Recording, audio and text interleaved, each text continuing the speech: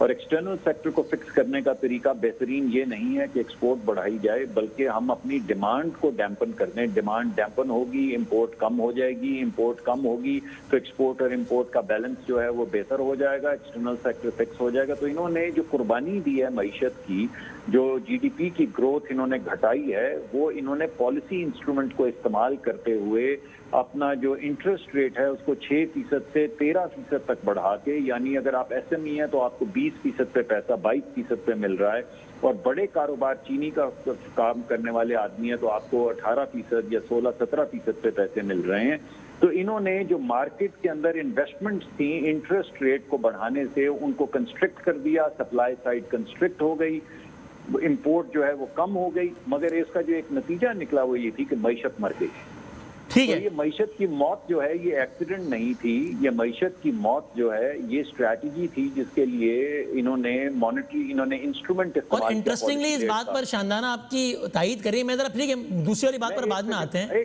صرف ایک سیکنڈ دے دیجیے اگر آپ اجازت. ایک سیکنڈ آخری دیکھیے، اگر ہم قرض کی پیتے تھے میں تو ہم نے قرض کی میں تھی تقریباً 11 ارب کی 5 سال میں. صحیح ہے، 11 ارب ڈالر کا گورنمنٹ کا پبلک سیکٹر ڈیٹ ہم نے انکریز کیا 5 سال میں. آپ چاہیں تو میں آپ کو اسپیسیفک نمبر دے دوں. نہیں مجھے ہے نمبر اندازہ ہے. ٹھیک ہے ٹھیک ہے. انہوں نے اس قرض کو سروس کرنے کے لیے یہ اتنے بڑے ارسطو تھے کہ انہوں نے اس کو سروس کرنے کے لیے 18 مہینے میں 10 ارب کے قرضے لے لیے. ہم نے 5 سال میں 11 ارب کے قرضے لیے. اس میں بجلی کے کارخانے 11,000-12,000 میگا واٹ بجلی بھی لگائی، 1,500. ٹھیک ہے، پوائنٹ سمجھ گیا آپ. صحیح ہے، ٹرانسمیشن لائن بھی لگائی. صحیح ہے، ٹھیک ہے، پوائنٹ اس کو سروس کرنے کے لیے 10,000. میں اس کا جواب لے لوں گا شاندار. ٹھیک ہے، میں ذرا لیٹ می برنگ مزمل انٹو ڈسکس. ٹھیک ہے، میں ذرا قرض کی میں کا بھی تذکرہ بڑھائیے. صحیح ہے، ایک دفعہ پھر پڑھ دیں نا، شعر تو پڑھ دیں یار ایک دفعہ.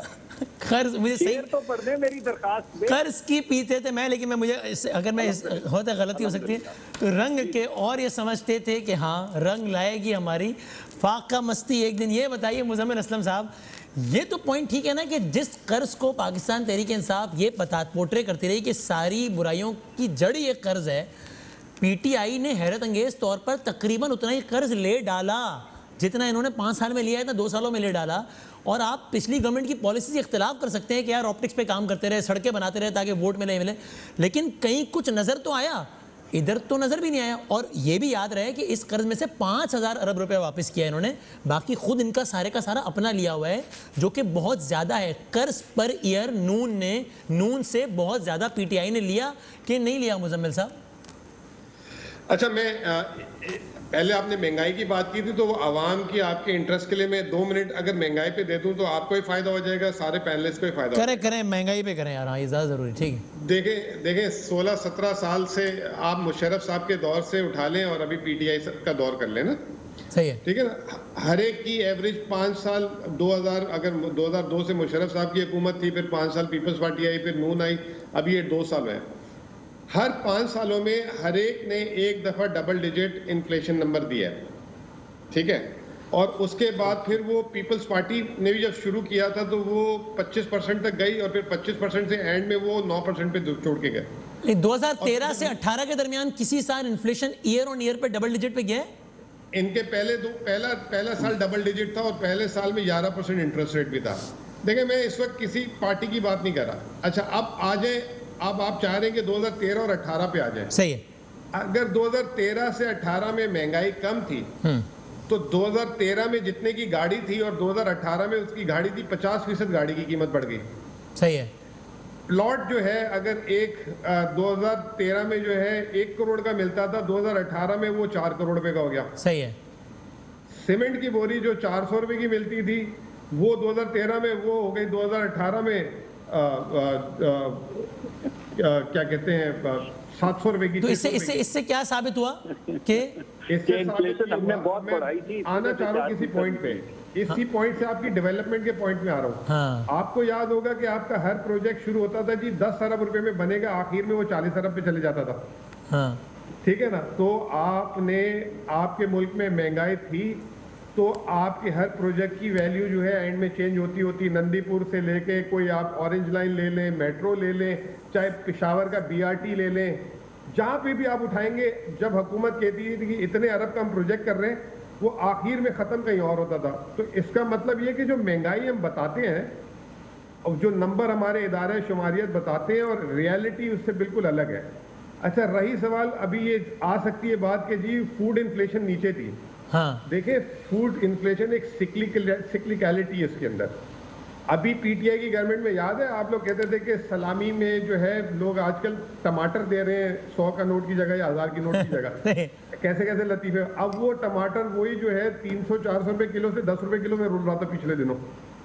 ٹھیک ہے نا. تو فوڈ انفلیشن ہر ایک کے دور میں الگ الگ شکل میں آتی رہی ہے. آپ کہہ رہے ہیں یہ ایک مت ہے کہ نون کے دور میں نسبتاً مہنگائی کم تھی, مت ہے. نہیں وہ کہہ رہے ہیں زیادہ تھی, آپ سن نہیں رہے ہیں. پی ٹی آئی سے بھی زیادہ تھی, سنائی نہیں دیتا. وہ کہ نہیں بالکل نہیں, وہ کہہ رہے ہیں نہیں میں کہہ رہا ہوں میں زمانے میں مہنگائی بہت زیادہ تھی. آپ کو بالکل غلط لگا ہے. یہ جتنے بھی معیشت کے نمبر ہیں یہ سب غلط تھے کیونکہ یہ فج نمبر تھے. اور اصل میں تو اب بہترین وقت ہے.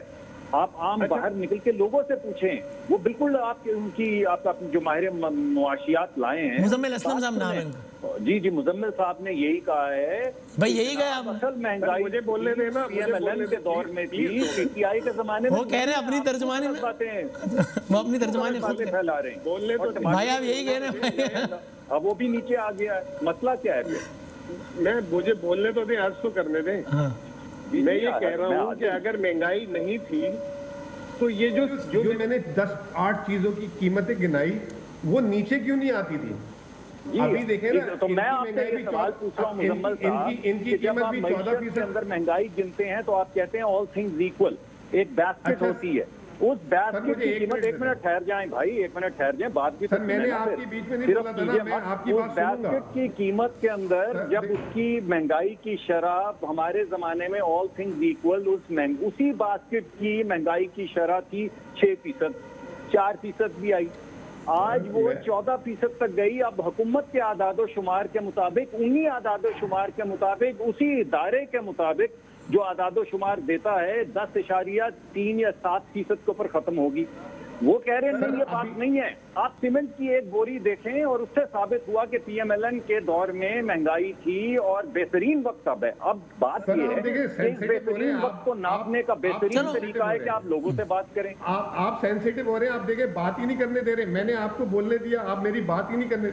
میں معافی چاہتا ہوں. کوئکلی میں نے ٹھیک ہے, پھر میں نے اس کو آگے بڑھنا ہے, کنکلوڈ بھی کرنا. ٹھیک مزمل بھائی آپ کنکلوڈ کر لیں اپنی بات. جی دیکھیں ابھی انفلیشن جو ہے 8.5% ہو گئی ہے. صحیح ہے, ٹھیک ہے نا. ابھی پچھلے مہینے کی 14% سے. صحیح ہے. اب یہ جو ہے یہ جو ایک میتھ بنا دیتے ہیں. اچھا انفلیشن کو صرف 1 منٹ کے لیے میں سمجھا دوں گا, آدھے سیکنڈ میں پھر آپ بریک لے لیجیے گا. انفلیشن ہمارے ملک میں کیلکولیٹ کیسے ہوتی ہے میں آپ کو بتاتا ہوں. اگر اس سال گندم 20 روپے سے 25 روپے ہو گئی تو ہم کہیں گے کہ جی انفلیشن جو ہے 20% بڑھ گئی, 25% بڑھ گئی.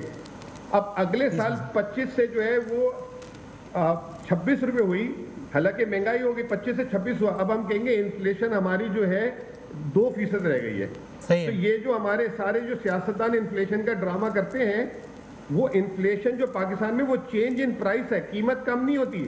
یہ کہتے ہیں جی انفلیشن ہم نے اتنی کم کر دی, انفلیشن انہوں نے کم نہیں کی ہوتی ہے. اگلے سال اس کی شرح جس طرح سے بڑا ہوتا ہے اگلے سال اس کی شرح. انفلیشن کم کا مطلب ہوتا ہے کہ ماضی کی نسبت کم اضافہ ہوا تو ہم کہتے ہیں اس کا مطلب نہیں ہے کہ چیز سستی ہو گئی. ہم نے سستی کر دی. مجھے یہ جواب دیتے ہیں ان کے ڈیولپمنٹ پروجیکٹ جو ہے ایک پرائس سے شروع ہوتا تھا, اتنا چھت پہ کیوں چلے جاتا تھا, پھر قیمتوں میں کیوں فرق آ جاتا تھا؟ بھائی یہ آپ اس سے جواب رکھیں, میں پہلے شاندانہ سے جواب لے لوں پھر آتے. جی آپ تسلی بخش جواب دیجیے گا اگر آپ کے پاس ہو. اگر آپ لاجواب نہیں ہو گئے تو ماہر معیشت ہیں, میں کیوں جواب مزمل اسلم نام ہے کہ میں پھنس جاؤں. چلیں یہ قرضوں کا معاملہ بتا دیں. جی شاندانہ.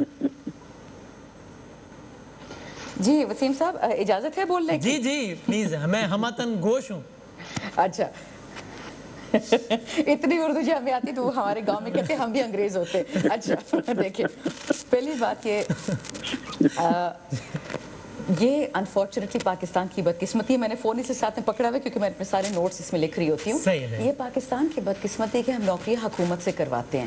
یہ اینول ڈیولپمنٹ جو آپ کا بجٹ ہے صوبے کا یا پی ایس ڈی پی سے, یہاں پہ جی پرائیویٹ سیکٹر کو کسی نے نہیں کہا کہ جی امریکہ نے کیا, تھائی لینڈ نے کیا, کوئی راکٹ سائنس تو نہیں ہے نا. نوکریاں کیوں نہیں کریٹ ہو رہی اس ملک میں؟ کلاس 4 سے کلاس 16 پہ آپ نے سارے پاکستان بیچاروں کو بھر دیا ہے. پینشن ان کو یہاں سے ملتی, میڈیکیشن یہاں سے ملتی, ایک دفتر میں 10 نائب قاصد بیٹھے ہوتے ہیں.